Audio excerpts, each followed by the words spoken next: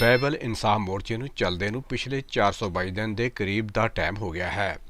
ਉੱਥੇ ਹੁਣ ਇਨਸਾਫ ਮੋਰਚੇ ਵੱਲੋਂ 5 ਫਰਵਰੀ ਨੂੰ ਨੈਸ਼ਨਲ ਹਾਈਵੇ ਜਾਮ ਕਰ ਦਿੱਤਾ ਸੀ। ਉਸ ਜਾਮ ਨੂੰ ਅੱਜ 4 ਦਿਨ ਦਾ ਸਮਾਂ ਹੋ ਗਿਆ ਹੈ। ਜਾਮ ਮੁਕੰਮਲ ਤੌਰ ਤੇ ਜਾਰੀ ਹੈ, ਪਰ ਐਂਬੂਲੈਂਸ ਸਮੇਤ ਸਕੂਲੀ ਵੈਨਾਂ ਨੂੰ ਆਉਣ ਜਾਣ ਲਈ ਰਸਤਾ ਦਿੱਤਾ ਜਾ ਰਿਹਾ ਹੈ। ਅੱਜ ਇਨਸਾਫ ਮੋਰਚੇ ਦੇ ਵਿੱਚ ਸੁਖਪਾਲ ਸਿੰਘ ਖਹਿਰਾ ਪੁੱਜੇ। ਉਹਨਾਂ ਕਿਹਾ ਕਿ ਇਹ ਪਿਛਲੇ ਲੰਬੇ ਸਮੇਂ ਤੋਂ ਇਨਸਾਫ ਮੰਗ ਰਹੇ ਹਨ, ਪਰ ਸਰਕਾਰ ਇਨਸਾਫ ਦੇਣ ਤੋਂ ਅਸਮਰੱਥ ਹੈ। ਉਹਨਾਂ ਕਿਹਾ ਕਿ ਜਿਸ ਤਰ੍ਹਾਂ ਪਿਛਲੇ ਸਮੇਂ ਵਿੱਚ ਰਹੀਆਂ ਸਰਕਾਰਾਂ ਇਨਸਾਫ ਦੇਣ ਵਿੱਚ ਨਾਕਾਮਯਾਬ ਰਹਿਣ ਕਰਕੇ ਸੱਤਾ ਤੋਂ ਬਾਹਰ ਹੋ ਗਈਆਂ ਹਨ, ਮੌਜੂਦਾ ਸਰਕਾਰ ਵੀ ਪਾਰਟੀ ਦੇ ਆਗੂ ਵੀ 24 ਘੰਟਿਆਂ ਦਾ ਟਾਈਮ ਕਹਿ ਕੇ ਫਿਰ ਆਪਣੇ ਬਿਆਨ ਤੋਂ ਭੱਜ ਰਹੇ ਹਨ। ਉਹਨਾਂ ਸਰਕਾਰ ਦੇ 92 MLA ਨੂੰ ਚੁਣੌਤੀ ਦਿੰਦੇ ਕਿਹਾ ਕਿ ਉਹ ਬਿਨਾਂ ਸਿਕਿਉਰਿਟੀ ਤੋਂ ਪੰਜਾਬ ਦੇ ਪਿੰਡਾਂ ਵਿੱਚ ਜਾ ਕੇ ਦਿਖਾਉਣ, ਅਸੀਂ ਸਮਝਾਂਗੇ ਕਿ ਤੁਸੀਂ ਕਾਮਯਾਬ ਹੋ। ਅਜੀਤ ਪੰਜਾਬੀ ਦੀ ਆਥੈਂਟਿਕ ਖਬਰਾਂ ਦੇ ਲਈ ਸਬਸਕ੍ਰਾਈਬ ਕਰੋ ਅਜੀਤ ਵੈਬ ਟੀਵੀ ਅਤੇ ਤਾਜ਼ੀ ਖਬਰਾਂ ਦੀ ਨੋਟੀਫਿਕੇਸ਼ਨ ਪਾਉਣ ਦੇ ਲਈ ਬੈਲ ਆਈਕਨ ਤੇ ਕਲਿੱਕ ਕਰੋ। ਦੇਖੋ, ਬੜੇ ਅਫਸੋਸ ਦੀ ਗੱਲ ਆ ਕਿ ਪੰਜਾਬ ਨਹੀਂ ਬਲਕਿ ਮਨੁੱਖਤਾ ਦਾ ਇੱਕ ਐਡਾ ਵੱਡਾ ਇਸ਼ੂ ਪਿਛਲੇ 7-8 ਸਾਲ ਤੋਂ ਲਟਕ ਰਿਹਾ ਵਾ ਔਰ ਕਈ ਸਰਕਾਰਾਂ ਬਦਲ ਗਈਆਂ। ਅਗਰ ਆਪਾਂ ਪਿਛਲੀਆਂ ਸਰਕਾਰਾਂ ਦੀ ਗੱਲ ਕਰਦੇ ਕਿ ਉਹਨਾਂ ਨੇ ਨਹੀਂ ਕੀਤਾ ਤੇ ਉੱਥੇ ਪੰਜਾਬ ਦੇ ਲੋਕਾਂ ਨੇ ਉਹਨਾਂ ਨੂੰ ਸਜ਼ਾ ਦਿੱਤੀ ਆ, ਚਾਹੇ ਉਹ ਆਪਾਂ ਪੁਰਾਣੀ 2017 ਦੀ ਗੱਲ ਕਰ ਲਈਏ, ਚਾਹੇ ਹੁਣ 2022 ਦੇ ਵਿੱਚ ਗੱਲ ਕਰ ਲਈਏ। ਪੁਰਾਣੀਆਂ ਸਾਰੀਆਂ ਸਰਕਾਰਾਂ ਨੂੰ ਇਸੇ ਗੱਲ ਦੀ ਸਜ਼ਾ ਮਿਲੀ ਕਿ ਉਹਨਾਂ ਨੇ ਬੇਅਦਬੀਆਂ ਨੂੰ ਅਤੇ ਬਹਿਬਲ ਕਲਾਂ ਨੂੰ ਵਾਅਦਾ ਕਰਨ ਤੋਂ ਉਪਰੰਤ ਕੁਛ ਨਹੀਂ ਕੀਤਾ। ਕੁਛ ਨਹੀਂ ਕਹਿਣ ਤੋਂ ਮਤਲਬ ਹੁੰਦਾ ਕਿ ਕੋਈ ਪੁਖਤਾ ਐਕਸ਼ਨ, ਪੁਖਤਾ ਮੀਨਸ ਕਿ ਇਹਦੀ ਜੜ ਤੱਕ ਜਾ ਕੇ ਜਿਹੜੀਆਂ ਬੇਅਦਬੀਆਂ ਹੋਈਆਂ ਔਰ ਬੇਅਦਬੀਆਂ ਤੋਂ ਬਾਅਦ ਜਿਸ ਢੰਗ ਦੇ ਨਾਲ ਬਹਿਬਲ ਕਲਾਂ 'ਚ ਨੌਬਤ ਆਈ ਕਿ 2 ਸਿੱਖ ਜਵਾਨਾਂ ਨੂੰ ਮਾਰ ਦਿੱਤਾ ਗਿਆ, ਉਸ ਦੇ ਉੱਤੇ ਕਿਸੇ ਨੇ ਕੋਈ ਕਾਰਵਾਈ ਨਹੀਂ ਕੀਤੀ।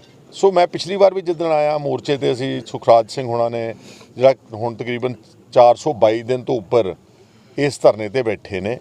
ਜਦੋਂ ਇਹਨਾਂ ਨੇ ਪਿੱਛੇ ਇਕੱਠ ਕੀਤਾ ਸੀ 14 ਅਕਤੂਬਰ ਨੂੰ ਜਾਂ ਉਸ ਵੇਲੇ, ਤਾਂ ਉਦੋਂ ਵੀ ਮੈਂ ਇਹੀ ਕਿਹਾ ਸੀਗਾ ਕਿ ਇਹ ਜਿਹੜਾ ਕੋਈ ਰੂਟੀਨ ਮੈਟਰ ਨਹੀਂਗਾ ਕਿ ਕਿਸੇ ਦਾ ਦਿਲ ਕੀਤਾ ਤਾਂ ਉਹਨੇ ਬੇਅਦਬੀਆਂ ਕਰ ਦਿੱਤੀਆਂ। ਇਹਦਾ ਇੱਕ ਬਕਾਇਦਾ ਇੱਕ ਸੀਕੁਐਂਸ ਆਫ ਇਵੈਂਟਸ ਹੈ। ਜਦੋਂ ਉਸ ਵਕਤ ਡੇਰਾ ਸੱਚਾ ਸੌਦਾ ਸਾਧ ਨੇ ਗੁਰੂ ਗੋਬਿੰਦ ਸਿੰਘ ਜੀ ਮਹਾਰਾਜ ਦੀ ਪੋਸ਼ਾਕ ਪਹਿਨ ਕੇ ਕੋਸ਼ਿਸ਼ ਕੀਤੀ ਸੀਗੀ ਉਹਨਾਂ ਦੀ ਬਰਾਬਰਤਾ ਕਰਨ ਦੀ, ਉਸ ਤੋਂ ਬਾਅਦ ਬੜੇ ਪਬਲਿਕ ਪ੍ਰੈਸ਼ਰ ਦੇ ਅਧੀਨ ਉਸ ਵਕਤ ਦੀ ਬਾਦਲ ਸਰਕਾਰ ਨੇ ਉਹਨਾਂ 'ਤੇ 295 ਦਾ ਕੇਸ ਚਲਾਇਆ। ਫਿਰ ਸਡਨਲੀ 2012 ਦੇ ਵਿੱਚ ਹਲੇ ਐਨ ਅਸੈਂਬਲੀ ਇਲੈਕਸ਼ਨ ਤੋਂ ਪਹਿਲਾਂ ਸੈਸ਼ਨ ਕੋਰਟ ਬਠਿੰਡਾ 'ਚੋਂ ਉਹ ਕੇਸ ਕਿਹੜੇ ਹਾਲਾਤਾਂ ਵਿੱਚ ਵਾਪਸ ਲਿਆ ਗਿਆ, ਕਿਹੜੇ ਹਾਲਾਤਾਂ ਵਿੱਚ ਉਸ ਨੂੰ ਰਿਲੀਫ ਮਿਲੀ, ਉਹ ਤੁਸੀਂ ਸਾਰੇ ਸਮਝ ਸਕਦੇ ਹੋ ਕਿ ਉਹ ਇੱਕ ਉਸ ਵਕਤ ਦੀ ਸਰਕਾਰ ਦੀ ਅਤੇ ਡੇਰਾ ਸੱਚਾ ਸੌਦਾ ਪ੍ਰੇਮੀਆਂ ਦੀ ਆਪਸ ਵਿੱਚ ਜਿਹੜਾ ਗੰਢ ਤੁੱਪ ਹੋ ਗਿਆ ਵੋਟਾਂ ਨੂੰ ਲੈ ਕੇ। ਠੀਕ ਹੈ, ਉਸ ਵਕਤ ਬਾਦਲ ਪਰਿਵਾਰ ਨੇ ਵੋਟਾਂ ਦੇ ਗੰਢ ਤੁੱਪ ਤਾਂ ਕਰ ਲਿਆ, ਲੇਕਿਨ ਸਿੱਖ ਪੰਥ 'ਚੋਂ ਉਹ ਏਲੀਨੇਟ ਹੋ ਗਏ, ਉਹ ਉਹਨਾਂ ਦੀ ਗੱਲ ਖਤਮ ਹੋਣੀ ਸ਼ੁਰੂ ਹੋ ਗਈ ਉਸ ਵਕਤ ਤੋਂ। ਔਰ ਉੱਥੇ ਹੀ ਬਸ ਨਹੀਂ, ਫਿਰ ਇਹਨਾਂ ਨੇ ਅਕਾਲ ਤਖਤ ਸਾਹਿਬ ਦਾ ਦੁਰਉਪਯੋਗ ਕੀਤਾ ਗਿਆ। ਉੱਥੋਂ ਜਥੇਦਾਰ ਤੋਂ ਬਿਲਕੁਲ ਬੇਬੁਨਿਆਦ ਮਾਫੀਨਾਮੇ ਦਵਾਏ ਗਏ ਜਿਹੜੇ ਮਾਫੀਆਂ ਕਦੀ ਮੰਗੀਆਂ ਨਹੀਂ ਗਈਆਂ, ਔਰ ਫਿਰ ਉਸ ਨੂੰ ਪ੍ਰਚਾਰਿਆ ਗਿਆ ਅਖਬਾਰਾਂ ਦੇ ਵਿੱਚ। ਫਿਰ ਇੱਕ ਪਬਲਿਕ ਪ੍ਰੈਸ਼ਰ ਜਿਹੜਾ ਸੀਗਾ, ਗੁਰੂ ਨਾਨਕ ਨਾਮ ਲੇਵਾ ਦੁਨੀਆ 'ਚ ਬੈਠਾ, ਉਹਨਾਂ ਨੇ ਜਦੋਂ ਇਹਨਾਂ 'ਤੇ ਪ੍ਰੈਸ਼ਰ ਪਿਆ ਫਿਰ ਸਾਰਾ ਕੁਝ ਉਹ ਵਾਪਸ ਲਿਆ ਗਿਆ। ਔਰ ਉਸ ਤੋਂ ਬਾਅਦ ਜਿਹੜਾ ਉਹ ਫਿਲਮ ਦਾ ਆਉਂਦਾ ਗੱਲ ਮੈਸੇਂਜਰ ਆਫ ਗੋਡ, ਔਰ ਉਸ ਤੋਂ ਬਾਅਦ ਜਿਹੜੀਆਂ ਬੇਅਦਬੀਆਂ ਇੱਕ ਸੀਕੁਐਂਸ ਆਫ ਇਵੈਂਟਸ ਵਿੱਚ ਹੋਈਆਂ, ਕਿਉਂਕਿ ਇੱਕ ਜਿਹੜਾ ਸੀਗਾ ਸਰਕਾਰ ਉਹਨਾਂ ਦਾ ਸਾਥ ਦੇ ਰਹੀ ਸੀ। ਜਿੱਥੇ ਸਿੱਖ ਬੈਠਦੇ ਸੀ ਕਰਨ ਲਈ ਪ੍ਰੋਟੈਸਟ ਜਾਂ ਜਿਹੜੇ ਗੁਰੂ ਨਾਨਕ ਨਾਮ ਲੇਵਾ, ਉਹਨਾਂ 'ਤੇ ਡਾਂਗਾਂ ਭਰਾਈਆਂ ਜਾਂਦੀਆਂ, ਪਾਣੀ ਮਾਰਿਆ ਜਾਂਦਾ। ਜਿੱਥੇ ਡੇਰੇ ਵਾਲੇ ਬੈਠਦੇ ਉੱਥੇ ਜਾ ਕੇ ਉਹਨਾਂ ਦੀ ਹਿਫਾਜ਼ਤ ਕੀਤੀ ਜਾਂਦੀ।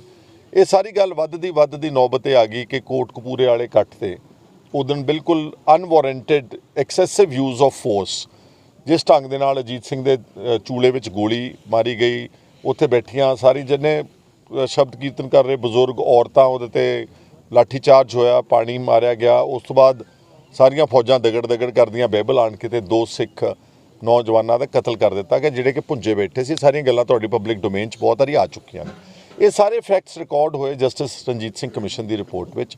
ਉਸ ਕਮਿਸ਼ਨ ਦੀ ਰਿਪੋਰਟ ਨੂੰ ਪੂਰਾ 8-10 ਘੰਟੇ ਪੰਜਾਬ ਵਿਧਾਨ ਸਭਾ ਵਿੱਚ ਘੋਖ ਕੀਤੀ ਗਈ, ਉਹਦੇ 'ਤੇ ਚਰਚਾ ਕੀਤੀ ਗਈ। ਉਸ ਜਸਟਿਸ ਰਣਜੀਤ ਸਿੰਘ ਕਮਿਸ਼ਨ ਵਿੱਚ ਸਾਰਾ ਕਿਸ ਤਰ੍ਹਾਂ ਨਾਲ ਹੋਈਆਂ, ਸਾਰਾ ਇਹਦਾ ਪੂਰਾ ਡਿਟੇਲਡ ਇੱਕ ਕੱਚਾ ਚਿੱਠਾ ਉਹਦੇ ਵਿੱਚ ਸੀਗਾ। ਉਹਦੇ 'ਚ ਇਹ ਵੀ ਸੀਗਾ ਕਿ ਸੁਮੇਧ ਸਿੰਘ ਸੈਣੀ ਇਹ ਕਹਿ ਰਿਹਾ ਵਾ, ਉਹਨੇ ਐਫੀਡੇਵਿਟ ਦਿੱਤਾ ਜਸਟਿਸ ਰਣਜੀਤ ਸਿੰਘ ਕਮਿਸ਼ਨ ਨੂੰ ਕਿ 14 ਅਕਤੂਬਰ ਦੇ ਤੜਕੇ ਜਦੋਂ ਇੱਥੇ ਗੋਲੀ ਚੱਲਦੀ ਆ ਉਦੋਂ ਮੈਨੂੰ ਉਸ ਵਕਤ ਦੇ ਚੀਫ ਮਿਨਿਸਟਰ ਪ੍ਰਕਾਸ਼ ਸਿੰਘ ਬਾਦਲ ਦਾ ਸਵੇਰੇ ਤੜਕੇ 2 ਵਜੇ ਟੈਲੀਫੋਨ ਆਇਆ। 2 ਵਜੇ ਟੈਲੀਫੋਨ ਕੌਣ ਕਰਦਾ ਨਾਰਮਲ ਕੋਰਸ ਵਿੱਚ? ਉਸੇ ਦਿਨ ਹੀ ਕੋਟਕਪੂਰੇ ਲਾਠੀਚਾਰਜ ਹੋ ਜਾਂਦਾ, ਉਸੇ ਦਿਨ ਉੱਥੇ ਆਣ ਕੇ ਹੋ ਜਾਂਦਾ। ਸੋ ਇਹ ਇੱਕ ਮੈਂ ਸਮਝਦਾ ਕਿ ਪੋਲੀਟੀਕਲ ਪਾਰਟੀਆਂ ਨੇ ਇੱਕ ਇਸ ਦਾ ਇਹ ਨਾ ਇਹਦੀ ਗੰਭੀਰਤਾ ਨੂੰ ਸਮਝਿਆ, ਇਹਨੂੰ ਐਵੇਂ ਸਮਝਿਆ ਵੀ ਕੋਈ ਗੱਲ ਨਹੀਂ ਅਸੀਂ ਸ਼ਾਇਦ ਕਰ ਲਾਂਗੇ। ਉਸ ਤੋਂ ਬਾਅਦ ਕਾਂਗਰਸ ਸਰਕਾਰ ਬਣੀ ਹੈ, ਕੈਪਟਨ ਅਮਰਿੰਦਰ ਸਿੰਘ ਨੇ ਜਿਸ ਢੰਗ ਦੇ ਨਾਲ ਇਸ ਨੂੰ ਡਿਲੇ ਕੀਤਾ, ਅਨਫੋਰਚੂਨੇਟਲੀ ਉਹਨਾਂ ਨੂੰ ਵੀ ਖਮਿਆਜ਼ਾ ਭੁਗਤਣਾ ਪਿਆ। ਤੁਸੀਂ ਦੇਖ ਲਿਆ ਹਾਲਾਤ ਕਿ ਬੇਅਦਬੀ ਕੋਰ ਇਸ਼ੂ ਆ, ਚਾਹੇ ਆਪਾਂ ਇਸ ਨੂੰ ਜਿੰਨਾ ਮਰਜ਼ੀ ਕਹੀ ਚੱਲੀਏ ਜੀ, ਨਹੀਂ ਇਹ ਇੱਕ major political issue, of course religious and political issue Punjab ਦੇ ਲੋਕਾਂ ਦੇ ਜ਼ਿਹਨ ਦੇ ਵਿੱਚ ਆ। ਇਸ ਕਰਕੇ ਫਿਰ ਇਲੈਕਸ਼ਨ ਆਈ ਔਰ ਫਿਰ ਹੋਣ ਵਾਲੀ ਸਰਕਾਰ ਨੇ ਕਿਹਾ ਜੀ ਅਸੀਂ ਤਾਂ ਗੱਲ ਹੀ ਕੋਈ ਨਹੀਂ ਕਿ ਕੇਜਰੀਵਾਲ ਸਾਹਿਬ ਕਹਿੰਦੇ 3 ਮਹੀਨਿਆਂ ਦੇ ਵਿੱਚ ਅਸੀਂ ਇਸ ਮਸਲੇ ਨੂੰ ਹੱਲ ਕਰ ਦਿਆਂਗੇ, ਔਰ ਫਿਰ ਲੋਕਾਂ ਨੇ ਇਹਨਾਂ ਤੇ ਭਰੋਸਾ ਕਰਕੇ ਵੋਟਾਂ ਪਾਈਆਂ। ਹੁਣ ਆਪਾਂ ਦੇਖ ਰਹੇ ਕਿ 10 ਮਹੀਨੇ ਇਹ ਵੀ ਲੰਘ ਚੁੱਕੇ ਨੇ, ਔਰ ਜਿਸ ਤਰ੍ਹਾਂ ਦੱਸ ਰਹੇ ਨੇ ਵਕੀਲ ਸਾਹਿਬ ਬੈਠੇ ਨੇ ਪਿੱਛੇ, ਸੁਖਰਾਜ ਨੂੰ ਵੀ ਦੱਸ ਰਹੇ ਨੇ ਕਿ ਹਲੇ ਜਿਹੜਾ ਕੋਰ ਇਸ਼ੂ ਆ ਜਿਹੜਾ ਉਹਦੇ 'ਚ ਇਹ ਹੈ ਕਿ ਬਾਈਬਲ ਕਲਾਂ ਦੇ ਮੁੱਦੇ ਤੇ ਕਤਲੋ ਗਾਰਤ ਵਿੱਚ ਕੋਈ ਚਲਾਨ ਨਹੀਂ ਪੇਸ਼ ਕੀਤਾ ਗਿਆ ਸਰਕਾਰ ਵੱਲੋਂ। ਰਿਪੀਟਡ ਡਾਇਰੈਕਸ਼ਨਸ ਨੇ, ਹਾਈ ਕੋਰਟ ਦੀ ਡਾਇਰੈਕਸ਼ਨ ਹੈ ਕਿ ਇਨਵੈਸਟੀਗੇਸ਼ਨ 6 ਮਹੀਨਿਆਂ 'ਚ ਕੰਪਲੀਟ ਕਰਕੇ ਚਲਾਨ ਪੇਸ਼ ਕੀਤਾ ਜਾਵੇ, ਉਹ ਵੀ ਇਗਨੋਰ ਕੀਤਾ। ਔਰ ਫਿਰ ਹੁਣ ਉਹ ਚਲਾਨ ਜਿਹੜਾ ਹੈਗਾ ਕੋਟਕਪੂਰੇ ਦੇ ਚਲਾਨ ਦੇ ਨਾਲ ਕਨੈਕਟਡ ਹੈਗਾ। ਸੋ ਇਹ ਜਿਹੜਾ ਇੱਕ ਇਹ ਕੀਤਾ ਜਾ ਰਿਹਾ, ਇੱਕ ਸਰਕਾਰ ਵੱਲੋਂ ਅਣਗੌਲਿਆ ਕੀਤਾ ਜਾ ਰਿਹਾ ਇਨਸਾਫ ਦੀ ਲੜਾਈ ਨੂੰ। ਔਰ ਇਸੇ ਜਗ੍ਹਾ ਤੇ ਭਗਵੰਤ ਸਿੰਘ ਮਾਨ ਸਮੇਤ, ਕੁਲਤਾਰ ਸਿੰਘ ਸੰਧਵਾ ਸਮੇਤ ਜਿੰਨੇ ਇਹਨਾਂ ਦੇ ਐਮਐਲਏਜ਼, ਮੈਨੂੰ ਯਾਦ ਹੈ ਚੰਗੀ ਤਰ੍ਹਾਂ ਨਾਲ ਜਦੋਂ 2015 'ਚ ਅਸੀਂ ਇਕੱਠ ਕੀਤਾ, ਉਸੇ ਇਕੱਠ ਵਿੱਚ ਇਹ ਬੋਲੇ ਨੇ ਆਣ ਕੇ ਆਪ, ਔਰ ਰਿਪੀਟਡਲੀ ਆਉਂਦੇ ਰਹੇ ਨੇ। ਤੇ ਹੁਣ ਆ ਪਿਛਲੇ 3-4 ਮਹੀਨੇ ਪਹਿਲਾਂ ਕੁਲਵੰਤ ਸਿੰਘ ਸੰਧਵਾ ਇੱਥੇ ਬਤੌਰ ਆਪ ਆਏ ਨੇ, ਔਰ ਉਹਨਾਂ ਨੇ ਕਿਹਾ ਕਿ ਮੈਂ 1 ਮਹੀਨੇ ਦਾ ਸਮਾਂ ਹੋਰ ਦੇ ਦਿਓ ਮੈਨੂੰ, ਮੈਂ ਗੁਰੂ ਦਾ ਸਿੱਖ ਨਹੀਂਗਾ ਜੇ ਇਨਸਾਫ ਨਾਲ ਲੈ ਕੇ ਦੇਵਾਂ। ਤੇ ਹੁਣ ਆਪਾਂ ਉਸ ਤੋਂ ਵੀ ਭੱਜ ਗਏ ਹਾਂ। ਔਰ ਇਸ ਕਰਕੇ ਮੈਂ ਸਮਝਦਾ ਕਿ ਆਹ ਜਿਹੜੀ ਮੌਜੂਦਾ ਸਰਕਾਰ ਹੈ ਉਹ ਵੀ ਪੁਰਾਣੀਆਂ ਪਾਰਟੀਆਂ ਦੀਆਂ ਸਰਕਾਰਾਂ ਵਾਂਗੂ ਗੁਰੂ ਗ੍ਰੰਥ ਸਾਹਿਬ ਦੀ ਬੇਅਦਬੀਆਂ ਤੇ ਬਾਈਬਲ ਕਤਲकांड ਦੇ ਵਿੱਚ ਬਹੁਤ ਬੁਰੀ ਤਰ੍ਹਾਂ ਫੇਲ ਹੋ ਰਹੀਆਂ ਨੇ।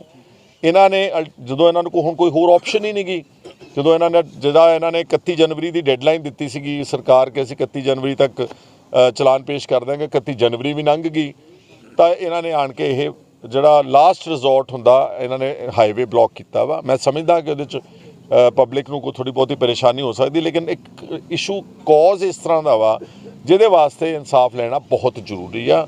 ਤਾਂ ਕਰਕੇ ਅਸੀਂ ਆਏ। ਮੈਂ ਅੱਜ ਭਗਵੰਤ ਮਾਨ ਦੇ ਪਰਿਵਾਰ ਕੋ 1000 ਬੰਦਾ ਸਿਕਿਉਰਿਟੀ ਦਾ ਹੋਣਾ, ਮਾਤਾ ਜੀ ਕੋਲ ਇਹਦਾ ਵਾ, ਭੈਣ ਜੀ ਕੋਲ ਇਹਦਾ ਵਾ, ਇਹਦੀ ਧਰਮ ਪਤਨੀ ਜਿੱਦਾਂ ਕੋਈ ਉਹ ਮੈਂ ਦੇਖ ਰਿਹਾ ਸੀਐਮ ਕੈਵਲਕੇਟ ਦੀਆਂ ਲੈਕਸਸ ਜਿਹੜੀਆਂ ਗੱਡੀਆਂ ਨੇ ਉਹਦੀਆਂ ਉਹ ਲਈ ਫਿਰਦੇ ਨੇ ਔਰ ਪਾਲਿਸੀ ਸਟੇਟਮੈਂਟਸ ਦੇ ਰਹੇ ਨੇ।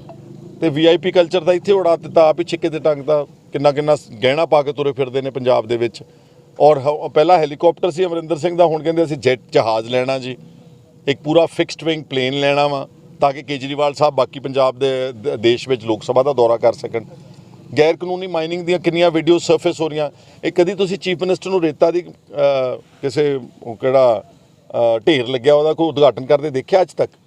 ਮਤਲਬ ਚੀਫ ਮਿਨਿਸਟਰ ਦੇ ਰੁਤਬੇ ਦਾ ਵੀ ਬਿਲਕੁਲ ਮਜ਼ਾਕ ਉਡਾਇਆ ਜਾ ਰਿਹਾ। ਇੱਧਰ ਰੇਤਾ ਦਾ ਉਦਘਾਟਨ ਕਰ ਰਹੇ ਨੇ, ਉੱਧਰ ਮੈਂ ਅਜਨਾਲੇ ਵਿੱਚ ਕੁਲਦੀਪ ਢਾਲੀਵਾਲ ਦੇ ਆਪਣੀ ਕੌਂਸਟੀਟੂਐਂਸੀ ਦੇ ਲਾਗੇ ਪਿੰਡ ਦੇ ਮਤਲਬ ਦਰਜਨਾਂ ਟਰੱਕ 12 ਵਜੇ ਰਾਤ ਨੂੰ ਮਿਡਨਾਈਟ ਵੀਡੀਓ ਸ਼ੂਟ ਕਰਕੇ ਮੇਰੇ ਕੋਲ ਭੇਜੀ, ਜਿਹੜੀ ਕਿ ਮੈਂ ਮੀਡੀਆ ਨੂੰ ਰਿਲੀਜ਼ ਕੀਤੀ ਆ। ਬਾਹਰ ਬੈਠੇ ਹੁੰਦੇ ਭਗਵੰਤ ਮਾਨ ਦੀਆਂ ਇੱਕ ਥੋੜੋ ਵੀਡੀਓਜ਼ ਤੁਸੀਂ ਦੇਖ ਲਈਆਂ, ਤੇ ਹੁਣ ਸੱਤਾ 'ਚ ਬੈਠ ਕੇ ਇਹਨਾਂ ਦੇ ਟੇਬਰ ਬਦਲ ਗਏ ਨੇ।